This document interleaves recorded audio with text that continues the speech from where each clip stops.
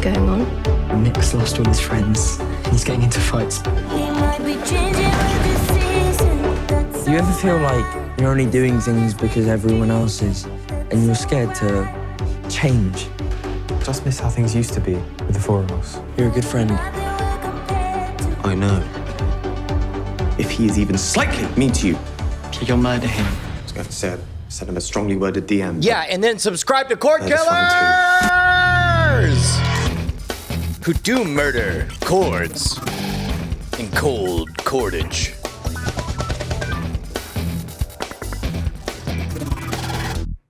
Welcome to Cord Murderers, the show about watching the stuff you love when you want, where you want, however you want. I'm innocent. I'm Tom Merritt.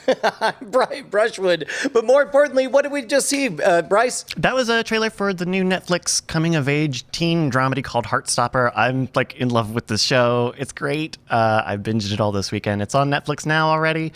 I think it's really good. That's all I might have to watch that simply because the tall guy with the black hair who said I was going to say strongly worded DM reminds me of my friend Mark from high school. Weird. Reminded me of Bryce. Of me? Oh, okay. That was the only straight character in that show. I went to high school with Bryce. Okay, all right, that took a left turn. Speaking of left turns, let's go to the left coast and join Merrill Barr from Hollywood. Left is where the best ones live, baby. What's going on, Merrill Barr? It's going good. It's going good. Everything's looking great. Everything's fun. And I'm excited to talk about what we're here to really talk about today. Yes, Elon Musk. No, sorry. This is Cordkillers. Let's move on to the primary target.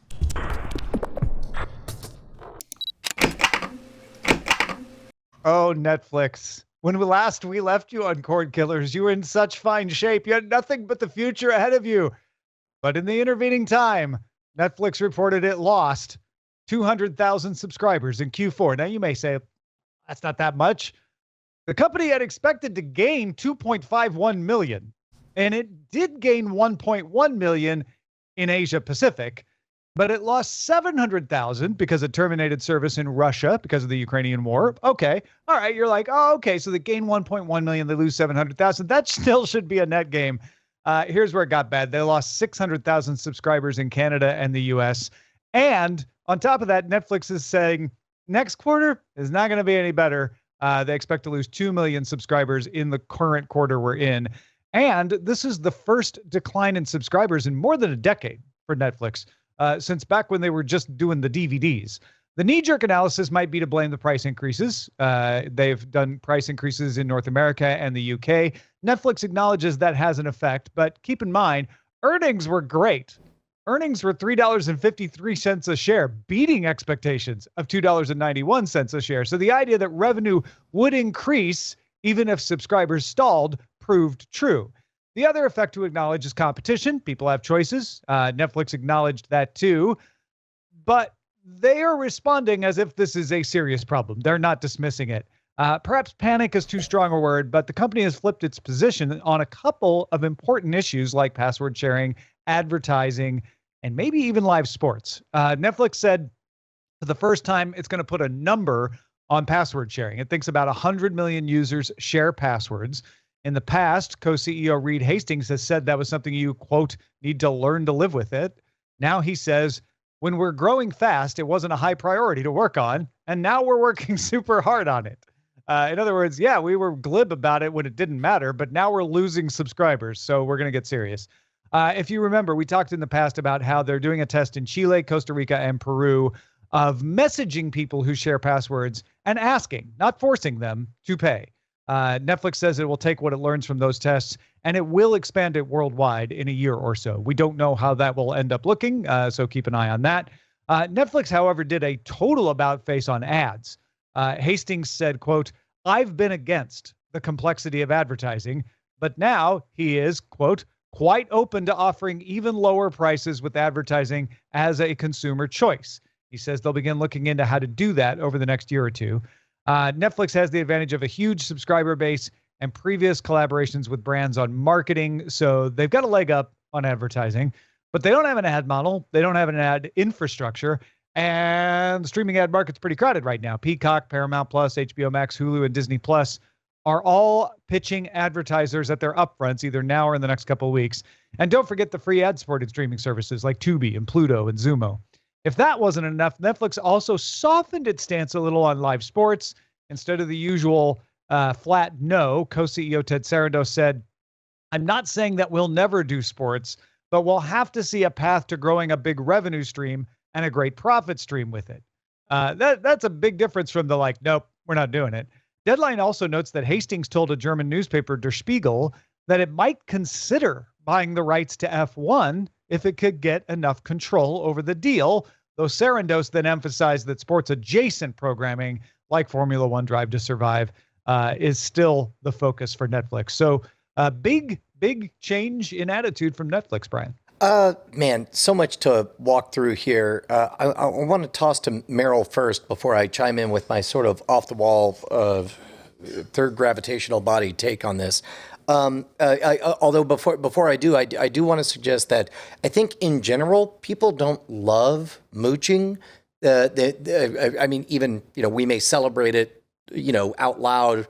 Even the show Scam School that I pitched to Revision 3 those 14 years ago was all about, scoring free beers. But ultimately, if somebody suggested, hey, man, that beer you're enjoying, it's technically an $8 beer, but if you give me 4, you'll be legit. I would do that in a heartbeat, and I think with the right kind of nuanced nudging that Netflix can get that.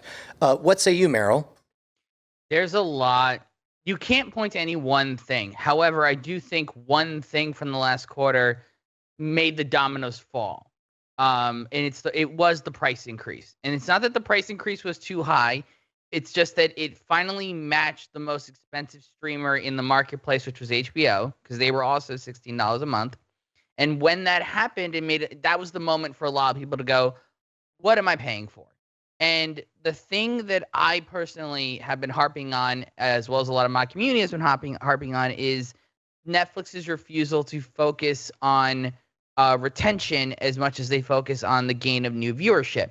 It's always about new stuff, new shows, new 8-episode releases. And to me, they have for years woefully misread their data. They've kept saying, well, the audience drops out after 8 episodes, so let's make 8-episode seasons. And that's not the whole story. The story is the audience drops out after 8 episodes of anything, which means don't release more than 8 episodes at a time, but they want more episodes of singular things. They should have been making fewer new shows and more episodes of those fewer shows rather than making a ton of new shows, making it impossible to constantly stay up to date with all the new stuff. And it reached a point where people went, I'm not watching anything on Netflix because they can't keep up with all the new stuff. Whereas if they built retention and held on to the loyal viewers that they had, they would have gone, well, I mean, it's $16 a month, but I'm still watching Lucifer.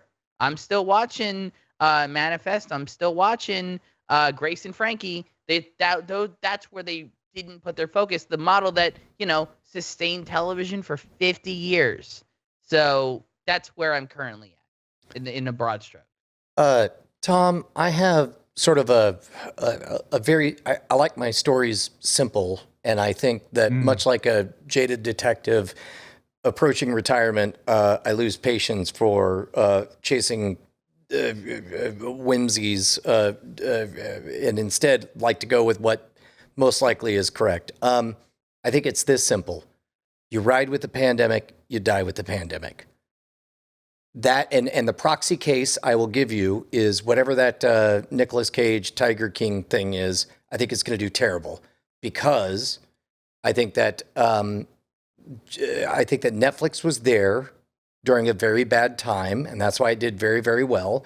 And I think Tiger King came out at that time, and I think anything that reeks of Netflix or of whatever you were doing during that miserable, terrible time, I think it's roughly the same feeling I get when I stumble across something that belonged to my now passed brother. It's like there's nothing wrong with it. There's nothing broken with it. There's nothing bad about it.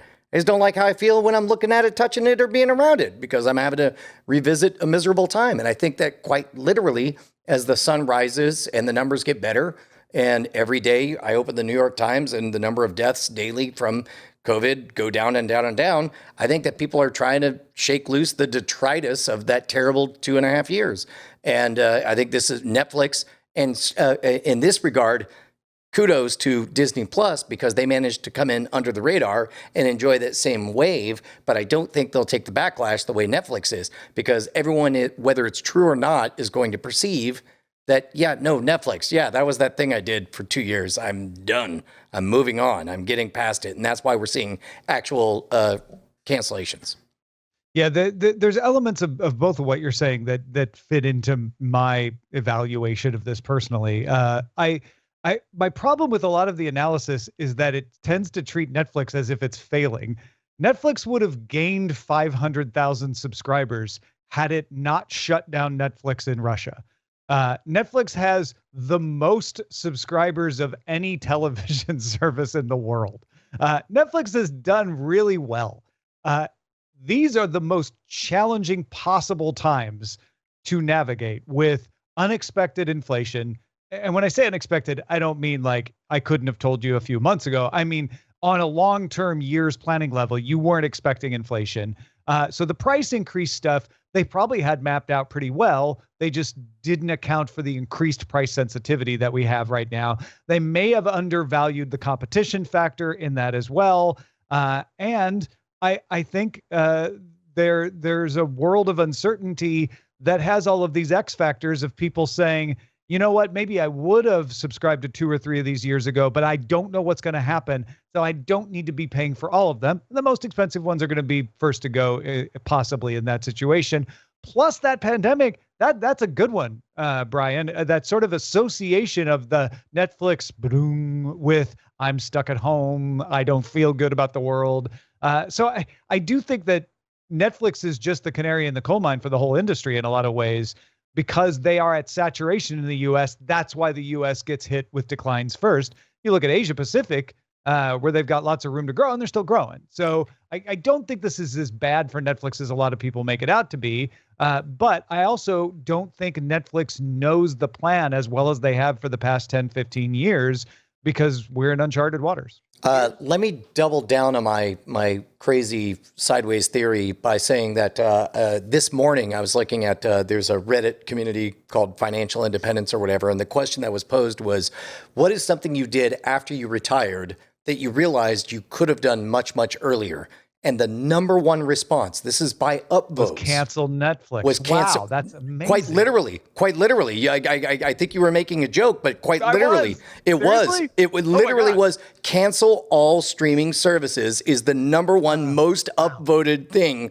They're like, stop sitting at home and streaming. Go out and see your loved ones. This is great. You thought you were making a joke, but you nailed it. No, it totally was. Here's my question. If the alternate reality pandemic doesn't happen, does Netflix see this same thing happen? Because by your logic, Brian, the answer would be no. It's the pandemic. Well, no, because the uptick wouldn't have happened. There ain't no crash if there ain't no boom. Well, I think there would still be an uptick. It may not have been as fast, but they were on a upward trajectory before the pandemic. Yes, and then they had a ridiculous boom. One might say an inflationary boom, and then they're seeing a correction now.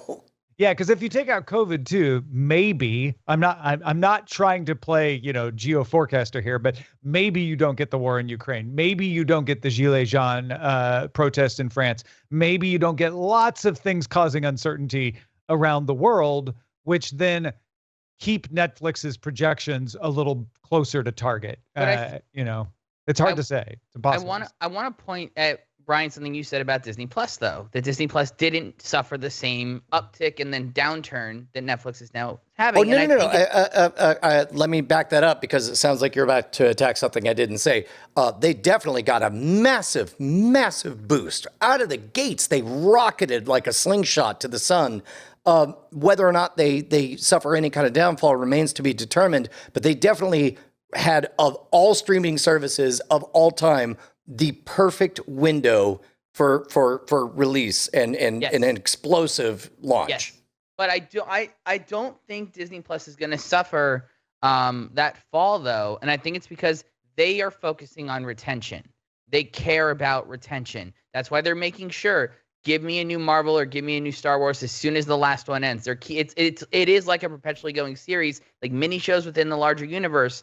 They're making sure to keep that retention going. Whereas Netflix, you're waiting 2 or 3 years for a new Stranger Things. You're waiting 2 years for a new Bridgerton. You're like all these things. We waited a year and a half for more Tiger King. Like they are not good at capitalization of a moment. And that, I think, is really hurting them. This is starting to trend on what we're going to talk about in How to Watch. So I want to hold off getting too far into comparing Netflix to the other services quite yet, because we got a couple studies I want to look at that really are interesting in bearing on those points. But I don't know that Netflix. I feel like people often complain that there's nothing to watch on Netflix while watching things on Netflix. Yeah. So I'm not trying to say you're wrong, because there are some things that are true about Disney Plus and their ability to retain people that Netflix hasn't had to worry about. But there's also always something new on Netflix that people are talking about and watching in great numbers. So I guess to summarize and restate, I do believe all of the streaming services got a big, boost from the pandemic, but only one was all but the literal poster child of the pandemic, and that was Netflix. When you're doing an SNL skit, when you're doing a bit on the Daily Show, when Colbert is doing his monologue, they're talking about sitting at home watching Netflix during lockdown, not Disney Plus, not any of the others. Right. Yeah, correct. Yeah.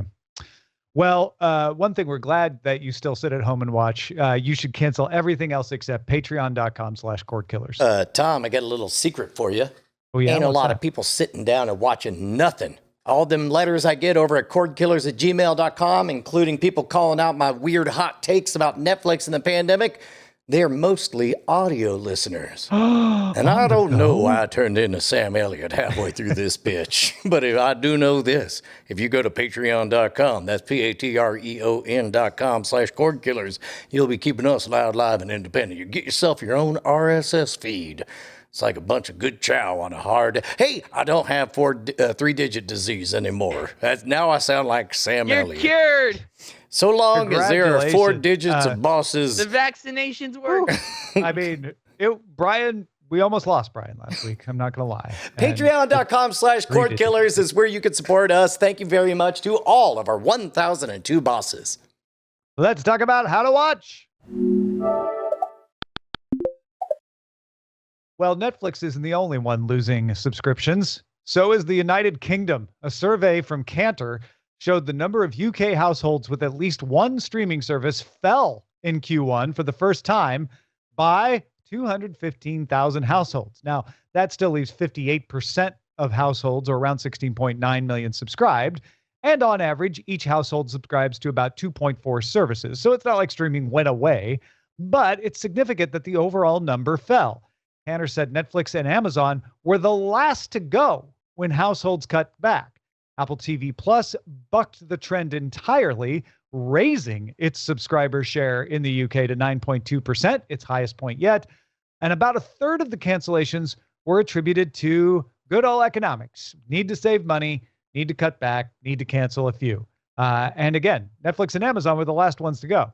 So the folks at Fandom, it used to be called Wikia, decided to ask fans, how much would you pay? What would be the right price? And they put the results out in their annual State of Streaming report. Among the questions it asked users of the platform was how much they thought they should pay for streaming. And it's no surprise that everybody said less. The average overall was $7.46 a month per service. However, some services were valued more than others. The average people said they wanted to pay for Netflix was the highest, $10.60 a month, followed by HBO Max at $9.30. Peacock was the least valued at $5.50. The report also recommended ways to retain subscribers. This is why I wanted Merrill to hold off a little bit on those thoughts on retention. A few other results from the Fandom study indicate exclusives and fan communities around fictional universes are huge for streaming services. 62% claim genre is a key to how they pick a streaming service. 73% value exclusivity in movies and TV shows. For example, 89% of Disney Plus is exclusive. 83% of what you get on Netflix, you can't get anywhere else. 76% said they value a large library of shows. So that vast library that Netflix has, the big library that Disney Plus has. 55% said they want originals. Turns out people like that library quite a bit. The originals are important, but maybe not as important as some people think. And 46%, just less than half, want a community and culture around their shows, around those franchises. They want to be able to talk about The Mandalorian. They want to be able to talk about Stranger Things, whatever it is they're watching. And Disney Plus was rated the strongest in this. So definitely people cutting subscriptions no matter what they are because of trying to save money. And definitely people want franchises that they feel a part of in order to pick their streaming service. Do you think there's a place for a SoundCloud-like experience in streaming content? Because everything you just said kind of explains, Crunchyroll's success, in that it's niche and community-based, and almost, for the most part, most people are re-experiencing beloved stories that they've experienced or whatever. And when you play SoundCloud, it's like, you get to, right before the beat drops, you get a bunch of comments that you're able to click on and see or whatever. Would it be too nutty to picture in the next 3 to 5 years some service taking affordable content and actually having like a pop-up comment? If somebody can feel comfortable with moderation on that, then yes. Right now, in a world where everybody is complaining about what people say online, I don't think any company is really chomping at the bit to add comments to things. That would be my only thought. Because otherwise, I think that'd be pretty interesting to try. Well, and it could be anything from snarky comments to helpful behind the scenes, like similar to a Reddit community where there's always some guy who's known for like, hey, somebody settled this. And he's like, here's a summary of a Wikipedia article or whatever. It's costlier than turning on comments, right? You got to manage the community, which Reddit has done a relatively good job compared to a lot of other companies out there. On account of all the free labor that they take advantage of. Yep. I have a lot to say on this, if I may. First of all, I've been having an issue with that fandom report all week since I read it, because it feels like a skewed source. Of course, the readers of fandom are going to push towards a lot more of the universe franchise geeky type shows, like your Stranger Things, like all the Disney Plus shows. Of course, they're going to devalue Peacock when Peacock's primary focus is in sports and NBC shows. And Harry Potter. Oh, well, yeah, but Harry Potter isn't, that's just a thing they're licensing right now. It's not like you think Harry Consumers Potter. Consumers don't know that, though. So I do take a little issue with that. As far as the UK stuff goes, I do agree there's a saving money aspect, but also we're just in a place of certain networks, certain providers have more places to grow than others. Netflix has nowhere to grow to. Like they have, again, as we were saying before. You mean in the U.S. they don't? Well, in the U.S. no, but I mean I do mean in general. No. In a world where they're doing inventive things like making it for free on mobile only in Nigeria, they have there's a lot of depth to this fractal. Well, I mean, North America, they're definitely at saturation. Europe, they're getting closer all the time. Right. But outside of there, I think they're wide open for growth. But whereas I think Apple, then something like Apple, which Apple was brought up in the report, Apple's got a lot of place to go because people people are first discovering, oh, I should check out this show Severance. I should check out this show Ted Lasso. I should check out this movie Greyhound. I think that they're just the new thing, and thus then people are discovering the new thing. Whereas Netflix has, regardless of growth in the audience, they have brand recognition globally. Everyone knows what Netflix is. You can't deny that at this point. But so overall, I do think that the key to streaming success is retention. There was a lot of debate after the Severance finale dropped that one of the best things they did was immediately announce season 2 the day before the finale dropped. And it's like, yeah, but you're still waiting a year for that. You're going to still be waiting a year or maybe a year and a month for the next season to drop. And that's a long time. By the time that drops, there will likely be another Severance. But if they could capitalize it and get a new Severance out in 9 months, 6 months, I think we're having a very different conversation. I think that the push towards retention and keeping the audience fed with the thing that they like faster is more important than having 1,000 new things for them to watch all the time. I don't know that I could disagree more, because I think what you're describing is a hedonistic treadmill. The idea that, like, the last thing you want to do is give your customer what they ask for. What you want to do is nod politely while they tell you what they want, and then give them or what they really want. And I think that actually delivering the thing they ask for would be an unending treadmill that would just get faster and faster. And I think we've seen properties make that mistake and drown as a result.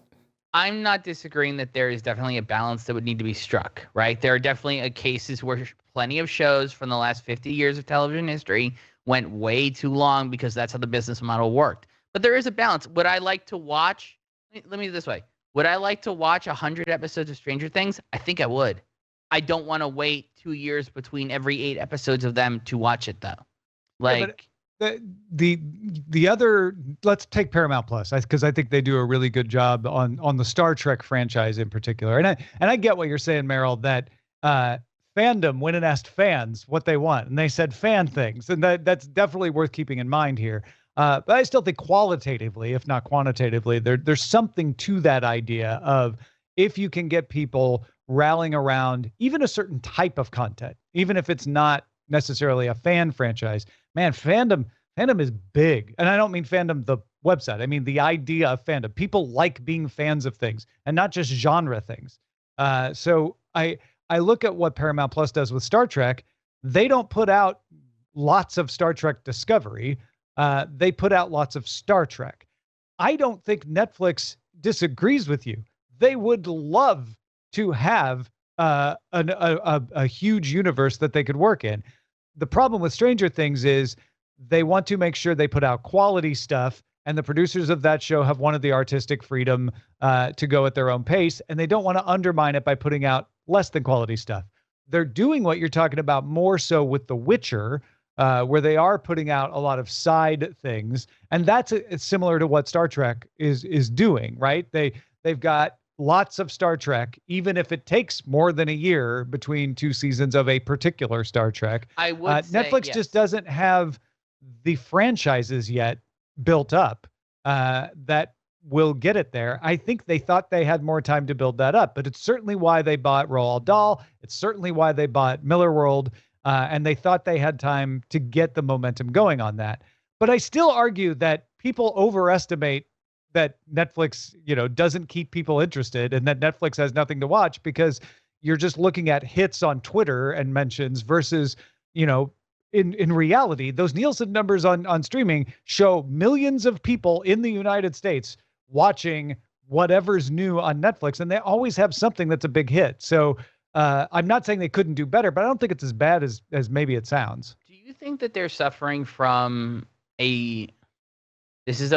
I don't think this is the correct way to phrase it, but I can't think of a better way. A brand fatigue. Like, they become so dominant in the culture that now they're like, you don't reach for a tissue, you reach for a Kleenex, right? So they are the embodiment of streaming. Has it now reached a point where because they're so recognizable, they're boring now, and because they're boring, no one cares about them, and they think it's the perception of, I don't know, because if anybody was going to suffer that, it would have been Comcast, and they certainly didn't. So I really think it's economics. Honestly, I think that's why they lost the subscribers. Economics plus a huge surge, which set them up to where they had more subscribers than they would have at this point in their growth anyway, which set you up for a loss, like Brian was arguing. I look at that UK study and I'm like, economics, man. Economics means people are like, you know what? I'm going to keep one of these. Or if I only have one, I'm going to chuck the one I got.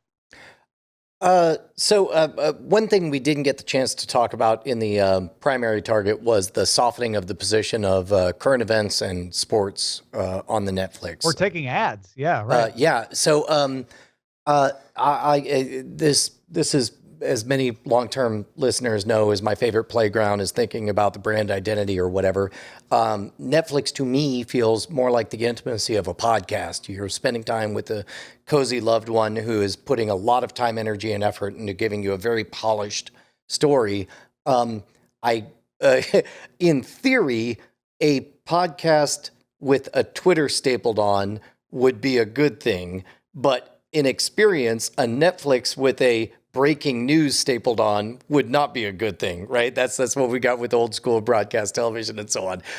So I actually applaud their resistance, but it sounds like, I mean, at some point, this is the problem with being a publicly traded company, is you have to answer to the shareholders, and shareholders say, do a thing that causes people to be excited about the thing again. Well, and whether it's good or bad for the brand in the long term, you're beholden to the quarterly reports. What they did say in their release, though, on that front was they were looking into, and I think, Tom, you had said it, they were looking into buying, like, they would love to, like, maybe buy the rights to F1 because their F1 show is so popular, but they would only want to do it if they could have a certain level of quality control over the product. So they want to bring their mechanisms of quality control that they already have for scripted television and bring it into that live space. So what does a Netflix sporting event look like? The way I read all of that, Merrill, is I read it as code for evergreen. And it is possible to, like, imagine you saw a whole season's worth of F1, whatever the reality show is, and you didn't know what year it was from. And it's engaging, it's amazing, it's incredible, and the final match is happening. I don't know. I guess race is what you would call it. Yeah, they're racist. I don't know, ask Bryce.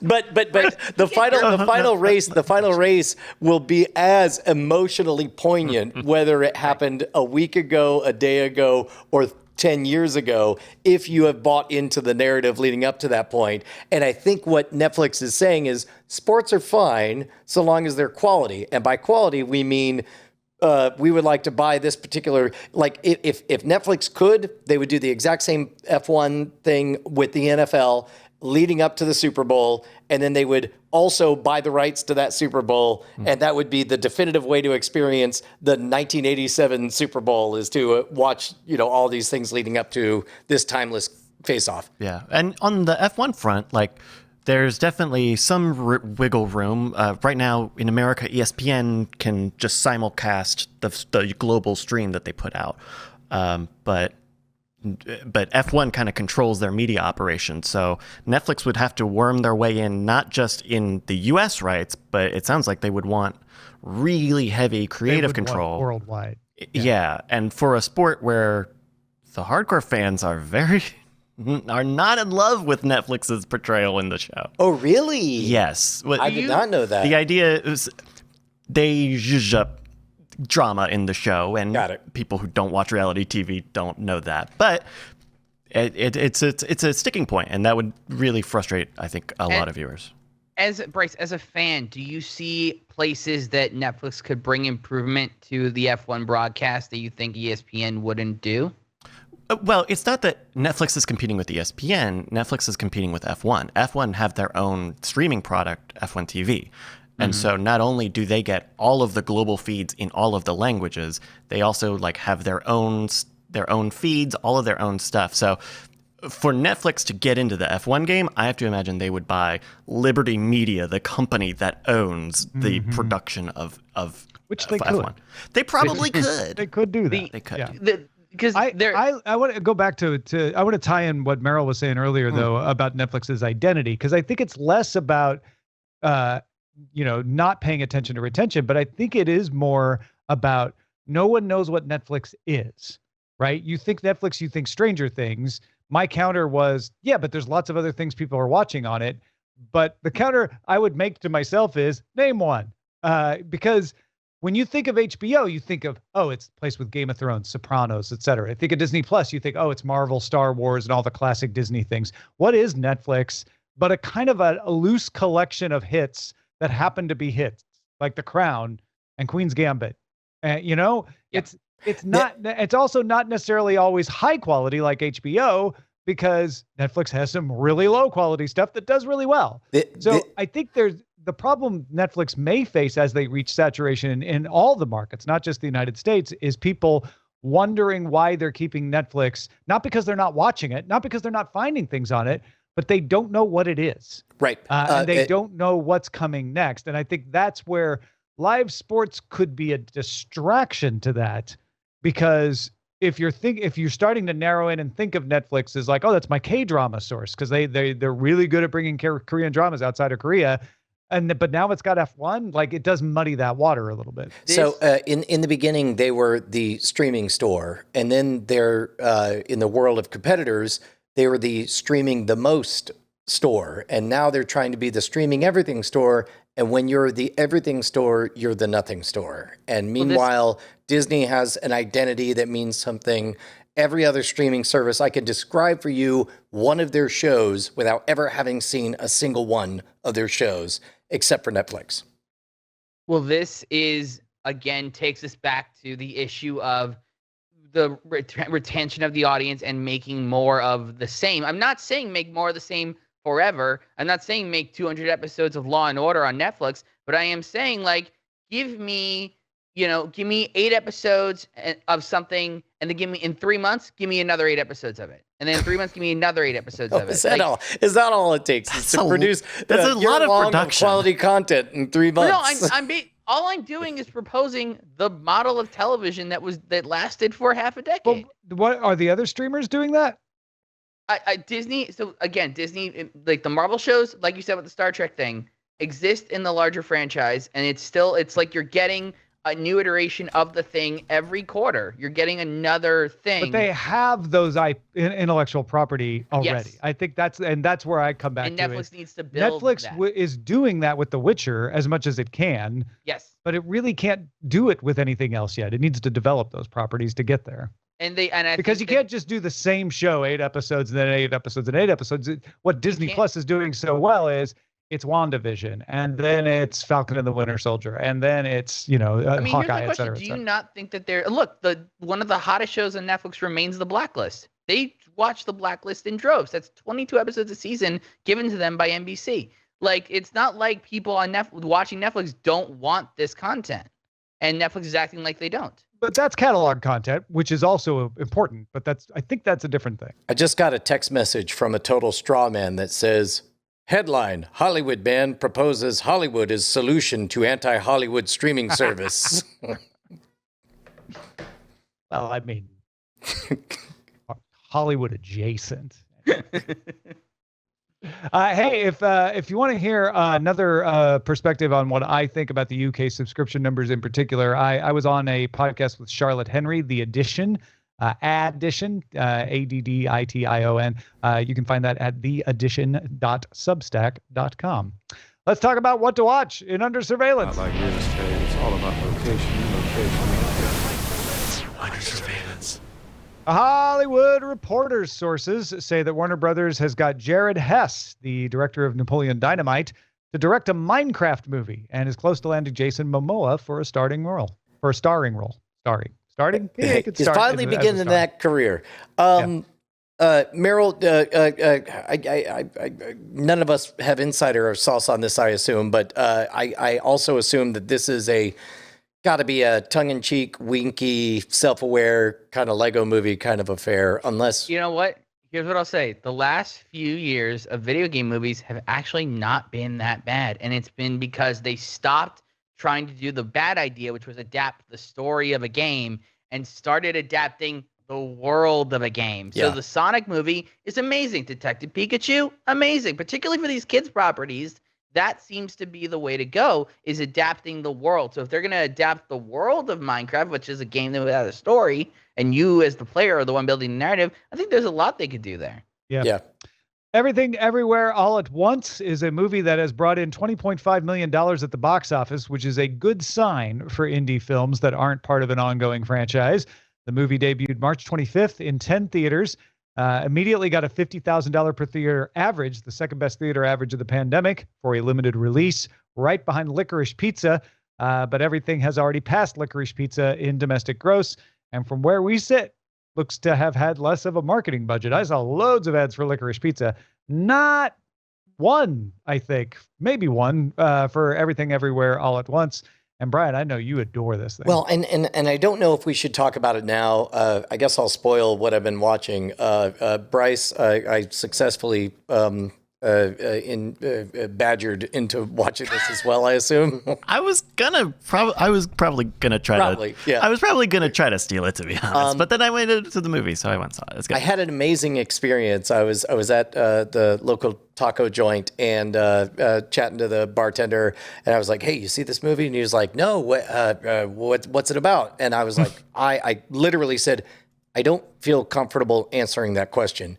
And then from over my shoulder, another guy says, what genre is it? And I was like, I don't feel comfortable answering this question. So to anybody hearing these words right now, if there's a chance you'll see it, I strongly encourage you to just hit that skip button for the next 30 seconds or so.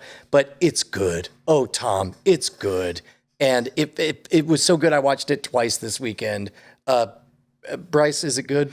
It's good, and it's good. So nice, he saw it twice. Yeah, it's like I'm entirely in Brian's camp on this. Like, it's a good movie. There's action, there's drama, there's just some cerebral stuff, and it's really good. Did you know that was Jamie Lee Curtis? I did. It took me until the effing credits for me to really let it sink home. Good stuff. It is very rare that a movie can promise both quality and a genuine surprise. And if you don't know anything about it, you have a chance to seize both and bathe in it. It's great. I only know what I saw in the trailers. That's it. I don't know any. I haven't read any plot synopsis, which I think is good enough.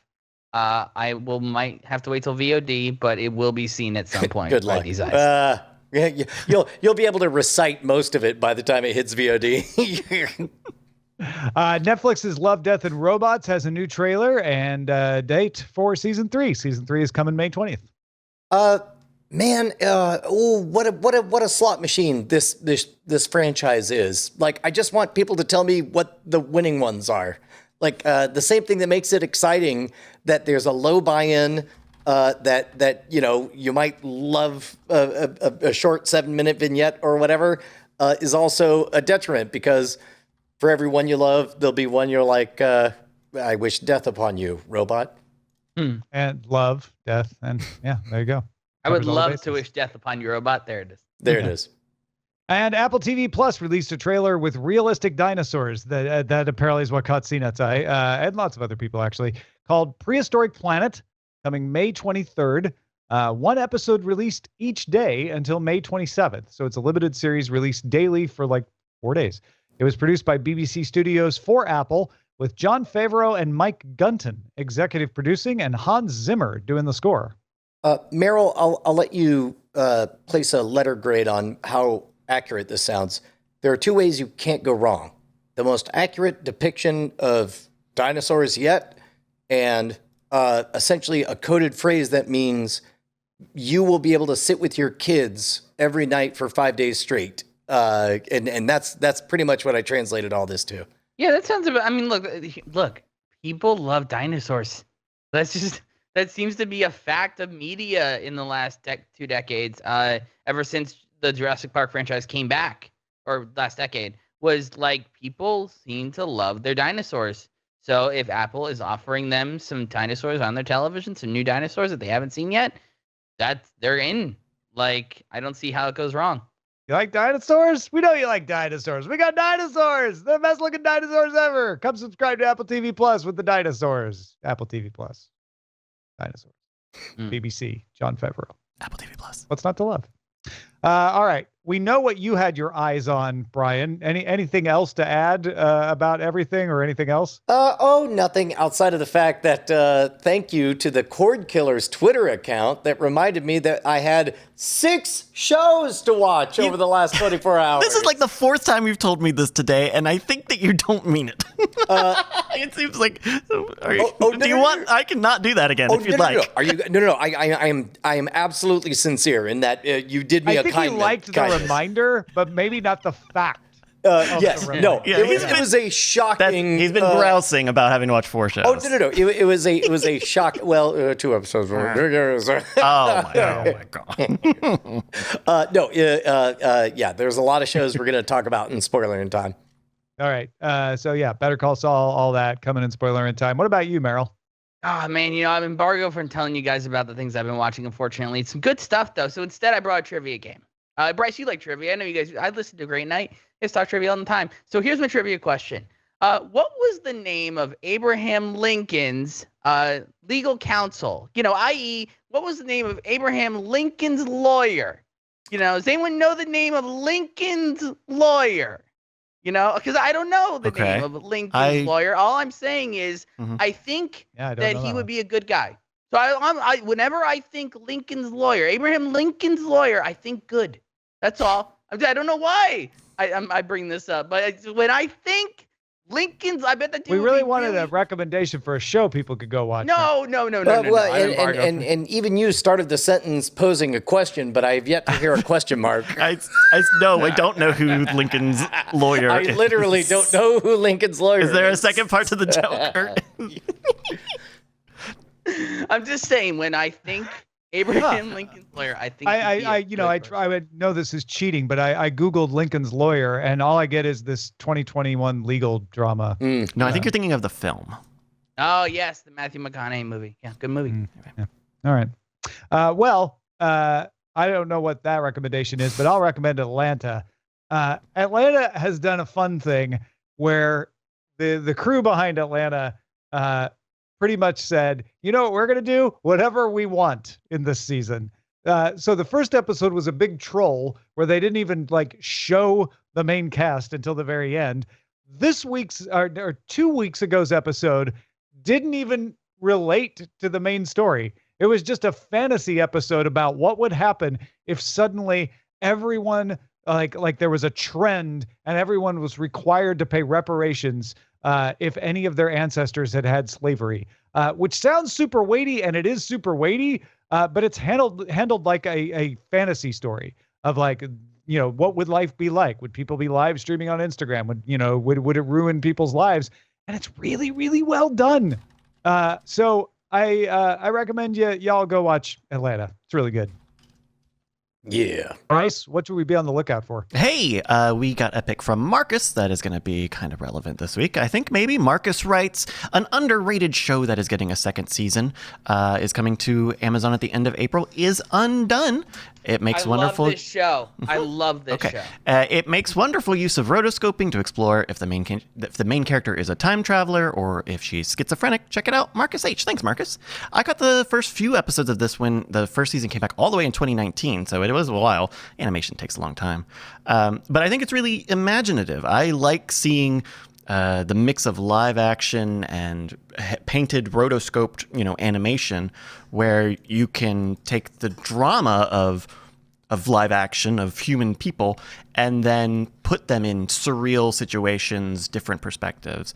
And I think they do a good job. Bob Odenkirk is in it, and he's pretty good in it, and I'm behind on it, but it's fantastic. So that is on. Mara, what's up?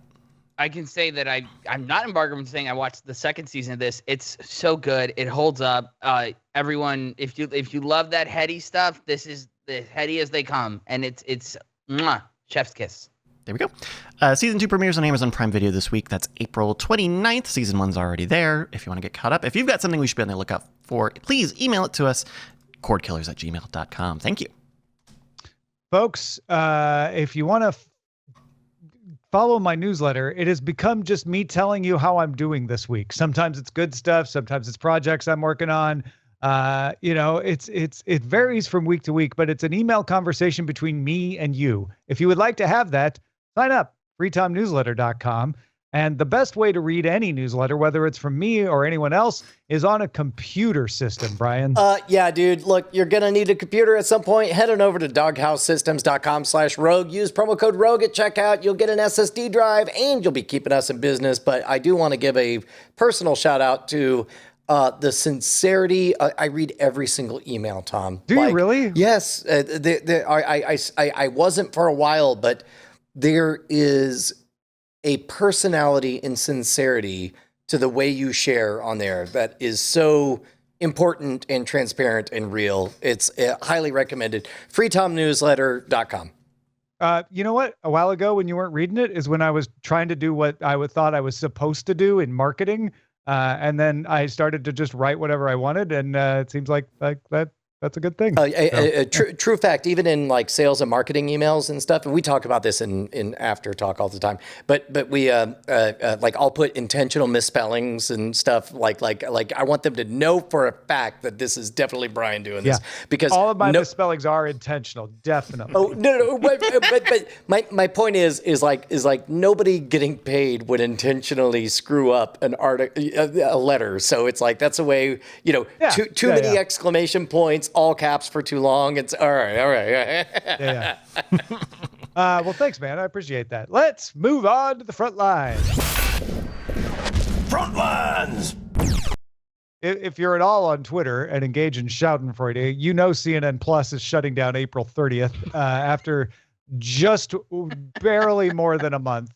It didn't even last a Quibi. The short version of why is the people who wanted to launch it are no longer with the company after it was sold to AT&T to Discovery. CNN chairman and chief executive Chris Licht told staff that some of the CNN Plus content will end up on other platforms. At a town hall meeting last week, CEO David Zaslav told employees he would rather have all content under one platform anyway, rather than separate services for channels or types of content. Licht also said, quote, consumers want simplicity and an all-in service which provides a better experience and more value than standalone offerings. There's lots of narratives going on around this, many of which are self-serving political narratives and such. But really, it comes down to a bunch of people wanted a thing to happen, and then they either got fired or left. And then the new people who took over is like, we never wanted you to do this, but we couldn't stop you because we didn't own you yet. So this is what happens when your champion leaves. It's a real phenomenon, and we'll talk about it more in After Talk later on. Netflix has added a new feature to its menus called the Category Hub. The section will show you the top 3 categories based on viewing history, plus curated collections around holidays, as well as general genre categories. Each user will see a different selection of categories. Categories. That'll retain them, right, Merrill? Yeah. I know this is unfair. Netflix has horrible numbers, and we spend all this time on it. I even just referenced it again.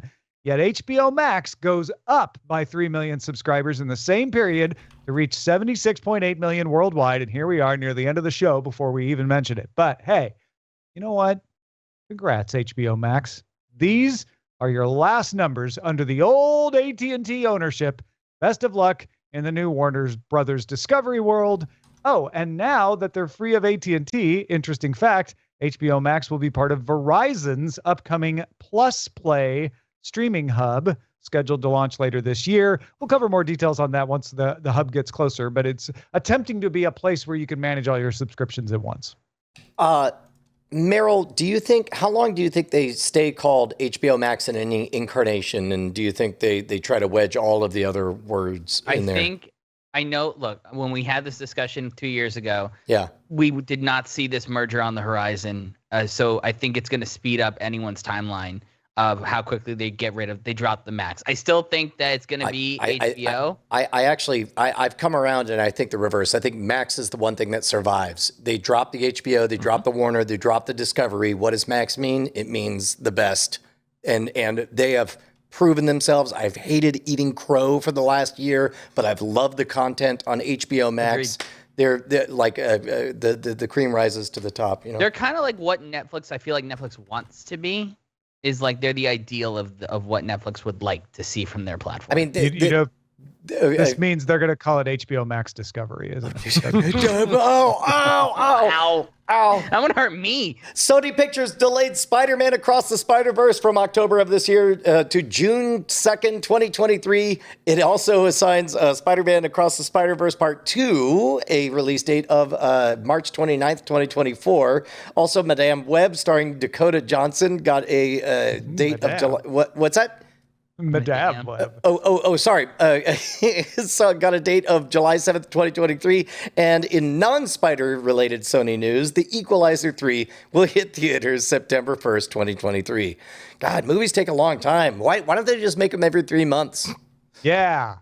Wrapping up some other announcements, Bridgerton Season 2 got double of any other show in the streaming world the week of March 21st.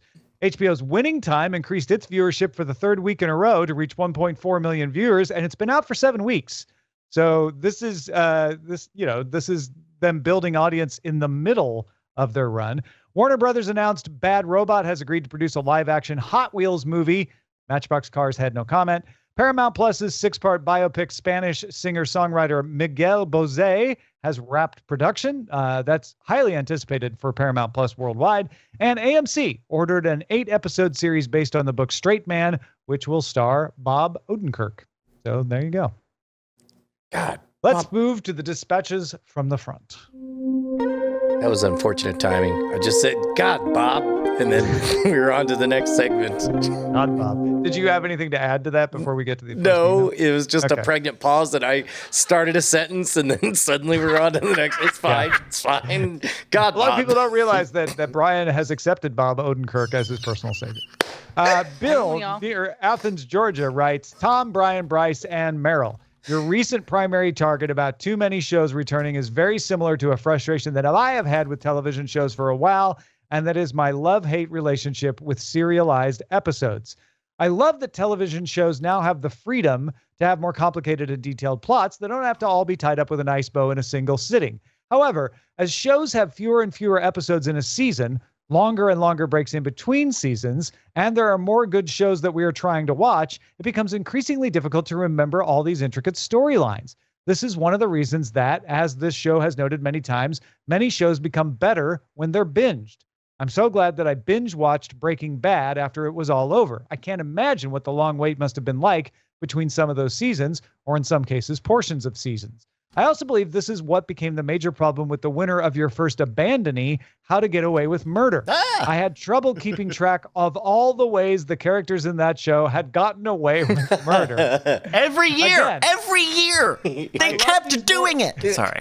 Again, I love these more complicated, detailed, and intricate storylines, but shows nowadays are almost begging us to wait until they're finished and then binge them. However, if that is what we all did, I don't think the economics would hold up very well for the streaming networks and the studios. They would then produce fewer seasons of these shows and would in turn probably put downward pressure on the shows to have less complicated or less detailed storylines, and I don't want that either. Thank you, Bill. All right, Merrill, here's your victory lap in the great competition of F1 as I saw you off camera literally rubbing your hands together. You know what would solve this problem? Fewer new shows and more episodes to each of the shows that survive. You do realize this is the exact moment in Futurama when Bender is telling the Pharaoh, you know what would work great is if you just said 1, 2, 3, go. Instead of that, just go 1, go, 1, go, 1, go. If I recall right, they moved that block a lot faster. They did. I wonder how it ended. Stuart wrote in and said, since Righteous Gemstones wrapped up this season, I decided to revisit its predecessor, Vice Principals. Have any of you seen it? A lot of the Gemstones DNA, but a little darker and more grounded. Brian's favorite, Edie Patterson, even has a bit of a role. No, this is interesting because when I first heard about it before, I was skeptical about diving in, but now I am so deeply in love. Isn't that crazy? With Vice Principal's younger, hotter sister that I don't mind checking out her okay, older. Your metaphors go way off. Yeah. Okay. Well, that ended poorly. I will say I've never seen it. However, I do know that everyone was talking nonstop about Walton Goggins and how they were shocked that Walton Goggins could do comedy off this show. Oh, man, are you kidding me? No. I've seen the show, and he's great in it. You shouldn't. There would be no surprise if you watch it, though. It feels very comfortable. Was it Sons of Anarchy that Walton Goggins shows up in drag? as the trans. Yeah. And then finally, we were talking about our experiences at the Founders Day picnic that Brian had a couple weeks ago in Austin during After Talk last time. And Joseph wrote in and said, just getting caught up on After Talk post-vacation, wanted to thank you for the kind words when talking about our daughter at the Founders Day picnic.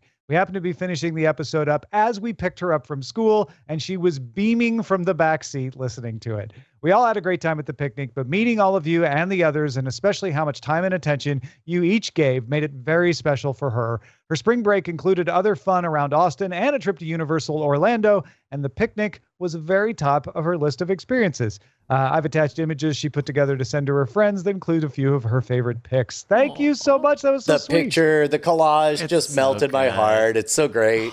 I'm glad. Sounds like Founders Day was awesome. I wish I could have been there. Next year. It was good. It was really fun. And there will be more. So, well, I mean, not more of that one, but there will be more things. There'll be other events, right, Brian? Yeah, dude. And the way you can hear about them is in After Talk, which is for patrons only. Patreon.com/Cordkillers. Merrill, what do you got to promote, sir? Just the usual twitter.com/Merrill Barr, MERRILLBAR, where you can find all of my hot Netflix takes that involve, making television. Indeed. That involve broadcast originals. Our How to Get Away with Murder, coming to Netflix soon, produced by Merrill Barr. Our website is cordkillers.com. Our email address is cordkillers@gmail.com. We're live on twitch.tv/Night Attack, also carried on diamondclub.tv, Mondays at 7 p.m. Eastern, 4 p.m. Pacific. Talk to you next time, folks. Hey, Tom Merritt, what's going Yes. on?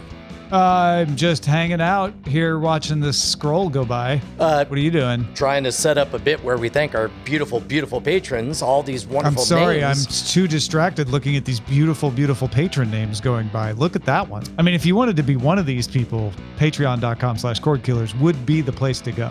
I mean, they're scratching our itch, like, because we're I think addicted. as long as it's consensual, like, fine. we're addicted to their money. And love. Might as well face it. Well, God damn it. Diamond Club hopes you have enjoyed this program.